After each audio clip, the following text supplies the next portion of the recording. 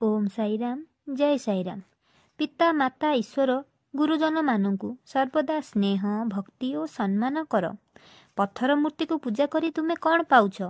तुम घरे तुमर जीवंत प्रतिमा विराजमान। सेमाने हेउछंती तुमर पूज्य पितामाता। पितामाता को भक्ति रे सेवा कर, सम्मान जनाओ, सुखरे रख। सेमानक इच्छा आकांक्षा पूरण कर। देखिब सेमानक आशीर्वाद रे तुमे केउठारे हारिब नाही।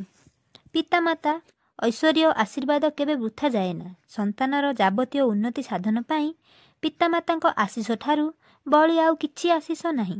ए मिछ माया भरा संसार रे सुख दुख क्षणस्थायी। तेणु सुखरे अति खुशी हेबा कि दुखरे पूरा भांगी पड़िबा आदौ उचित नुहे।